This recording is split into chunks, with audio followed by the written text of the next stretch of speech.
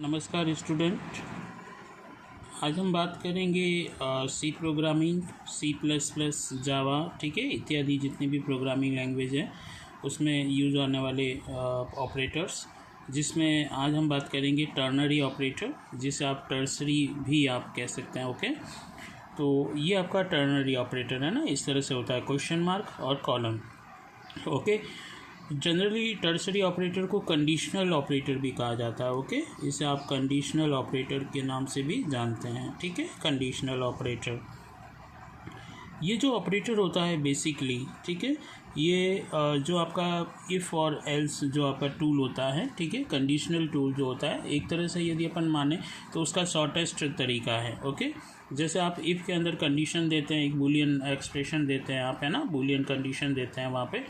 Okay, जिसका result true या false आता है, और फिर उस बेस पे वहाँ पर कोई भी एग्जीक्यूशन होगा कि कौन सा ट्रू पार्ट एग्जीक्यूट होगा या फॉल्स पार्ट, है ना। इसी तरह से ये टर्नरी ऑपरेटर यानी कंडीशनल ऑपरेटर भी वर्क करता है, लेकिन जो आपका कोडिंग होती है वो उसको बहुत ही शॉर्ट कर देता है। ठीक है, तो एक तरह से यदि अपन बात करें यहाँ पर इसके सिंटैक्स की, तो जो आपका टर्नरी ऑपरेटर होता है कि यहाँ पर तो आपको कंडीशन दी जाएगी।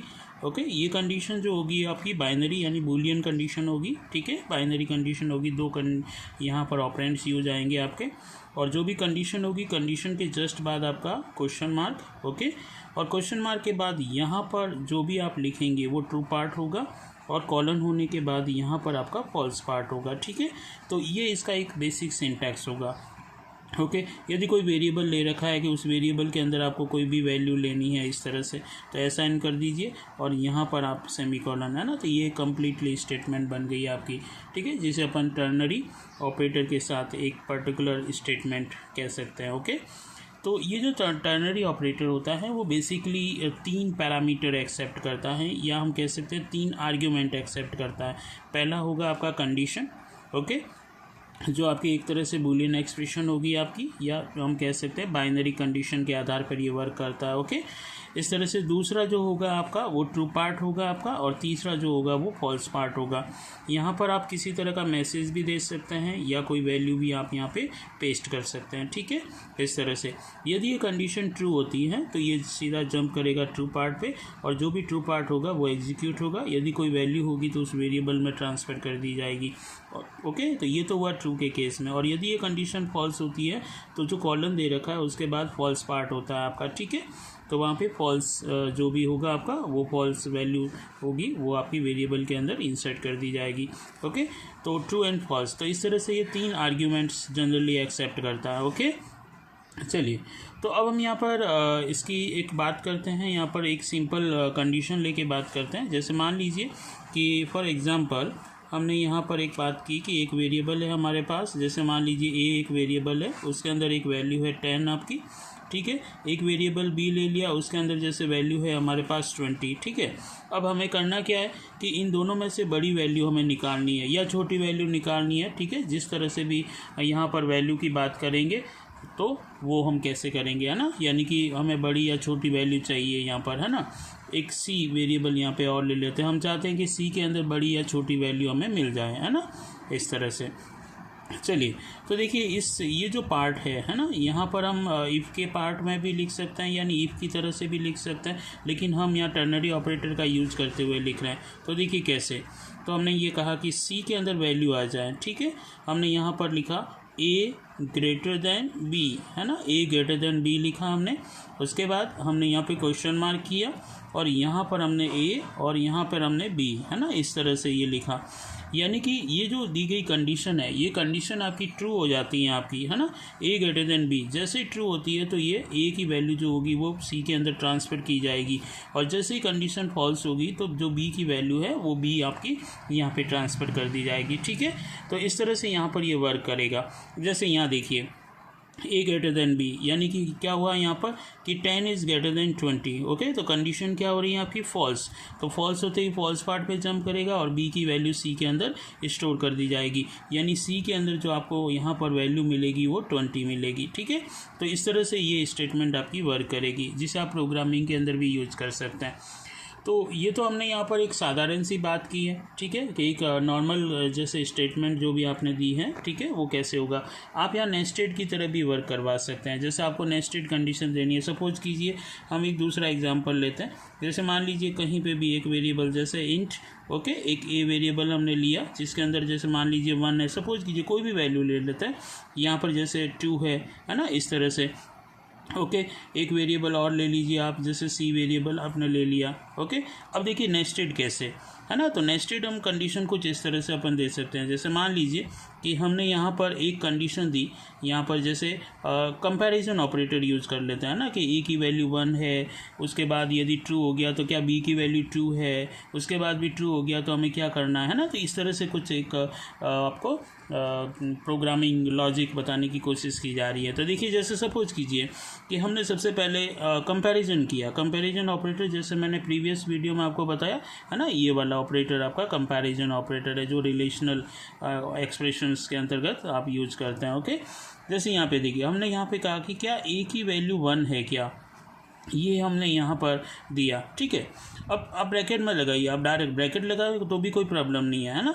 अब यहाँ पर आपने सीधा क्वेश्चन मार्क दे दिया, ये है ना, ये टर्नरी ऑपरेटर। और दूसरा यहाँ पर जैसे मान लीजिए हमने यहाँ पर ये कह दिया कि बी इक्वल टू, ठीक है, ये यहाँ पर दे दिया। ओके, अब देखिए ये कंडीशन तो है, ये कंडीशन एक और आ रही है, तो हमने यहाँ पर भी क्वेश्चन मार्क दे दिया। ओके, हम चाहें तो इसके अंदर और कंडीशन दे सकते हैं। इस तरह से आप कंडीशन में कंडीशन यूज़ करते हैं तो उसे नेस्टेड कंडीशन कहा जाता है। आप चाहते हैं नहीं यहीं पे मुझे फाइनल रिजल्ट लेना है, जैसे मान लीजिए यहाँ पर मैंने दे दिया कि 3 है ना, कि भाई यदि ये कंडीशन ट्रू हो जाती है तो 3 जो वैल्यू है वो किसी वेरिएबल में जानी चाहिए।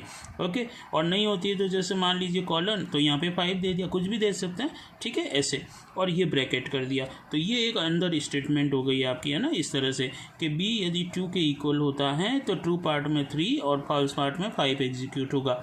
ये सब एवोल्यूट हो जाएगी तो यहाँ पर हमें एक वैल्यू मिल जाएगी जो इस केस के अंतर्गत ट्रू के रूप में मानी जाएगी। और फॉल्स होती है तो मान लीजिए फॉल्स में कोई भी वैल्यू जैसे 0 मान लेते हैं, ठीक है, कि 0 आ जानी चाहिए। ये एक स्टेटमेंट बनी। कॉलन दे दीजिए, जो भी इसका रिजल्ट आएगा वो किस में आना चाहिए, हमारे पास सी के अंदर आना चाहिए।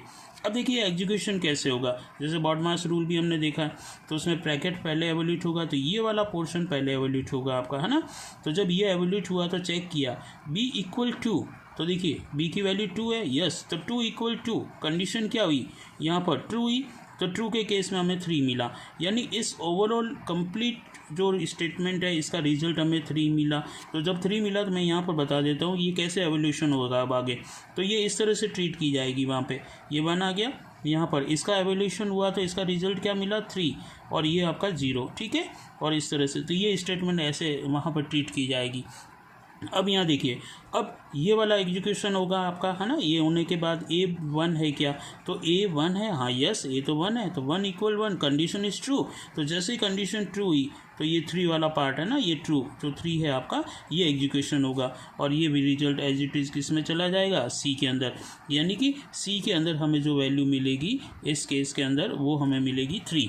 ओके, तो इस तरह से आप क्या कर सकते हैं, टर्नरी ऑपरेटर को एक नॉर्मल कंडीशनल स्टेटमेंट की तरह भी यूज़ कर सकते हैं। ओके, और नेस्टेड में चाहें तो आप नेस्टेड भी यूज़ कर सकते हैं। ओके, तो ये क्या एक शॉर्टकट तरीका हो गया आपका, है ना। तो इस तरह से आप किसी भी कंडीशनल स्टेटमेंट हो जो इफ एल्स के अंदर आप चाहते हैं कि थोड़ा कॉम्प्लेक्स बन रहा है, तो उसको आप टर्नरी ऑपरेटर की सहायता से क्या कर सकते हैं, बहुत ही ईजी सा बना सकते हैं। ओके, तो बेसिकली आपको ध्यान रखना है ये जो टर्नरी ऑपरेटर है इसे कंडीशनल ऑपरेटर भी कहा जाता है आपका।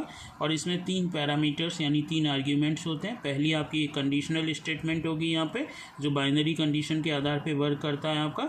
यदि ये ट्रू हो गया तो ट्रू पार्ट एग्जीक्यूट होगा, और यदि फॉल्स हो गया तो ये फॉल्स पार्ट को एग्जीक्यूट किया जाएगा। ओके, और जो भी फॉल्स पार्ट होगा यदि वैल्यूज़ है या वेरिएबल है जिसमें वैल्यू है तो वो सीधा असाइनमेंट ऑपरेटर का यूज़ करते हुए आप वेरिएबल के अंदर उस वैल्यू को ट्रांसफ़र करवा सकते हैं। ठीक है, जैसे यहाँ पर नॉर्मल हमने देखा, देखिए, ठीक है, तो यहाँ पर सी के अंदर 20 यानी कि हमने बड़ी वैल्यू निकालने की कोशिश की। और इसी तरह से यहाँ पे नेस्टेड हमने यूज़ किया, तो नेस्टेड में आप यहाँ पर बेसिकली ये ध्यान रखें। ओके, आप यदि यहाँ ब्रैकेट लगा देते हैं, कोई यहाँ पे ब्रैकेट लगा देते हैं तो भी कोई प्रॉब्लम नहीं है, लेकिन ये ब्रैकेट ज़रूरी है। ठीक है, तो एक तरह से यदि बाहर वाले की बात करें यहाँ पर, तो ये इसका पहला कंप्लीटली जो आपका है ना एक कंडीशन बनी आपकी। और ये जो होगा इसका दूसरा आर्ग्यूमेंट बनेगा ये कम्प्लीटली, और ये इसका तीसरा आर्ग्यूमेंट बनेगा। और इसकी बात करें तो ये इसका पहला है ना आर्ग्यूमेंट हो गया, ये इसका दूसरा आर्ग्यूमेंट हो गया, और ये इसका तीसरा आर्ग्यूमेंट हो गया। ठीक है, तो इस आधार पर आपका टर्नरी ऑपरेटर वर्क करता है। ओके, तो इसे आप एग्जाम्पल के तौर पे जैसे मैंने समझाया, आप इसे प्रोग्राम भी इम्प्लीमेंट कर सकते हैं। प्रोग्राम में आपको सिंपल वेरिएबल ले लिए और उसके बाद ये स्टेटमेंट देके सी को प्रिंट करवाना आपको, है ना। तो इस तरह से आप इसको बहुत ही अच्छी तरह से समझ सकते हैं। ठीक है, और इसे आप प्रोग्राम में इम्प्लीमेंट करने की कोशिश करें। Thank you.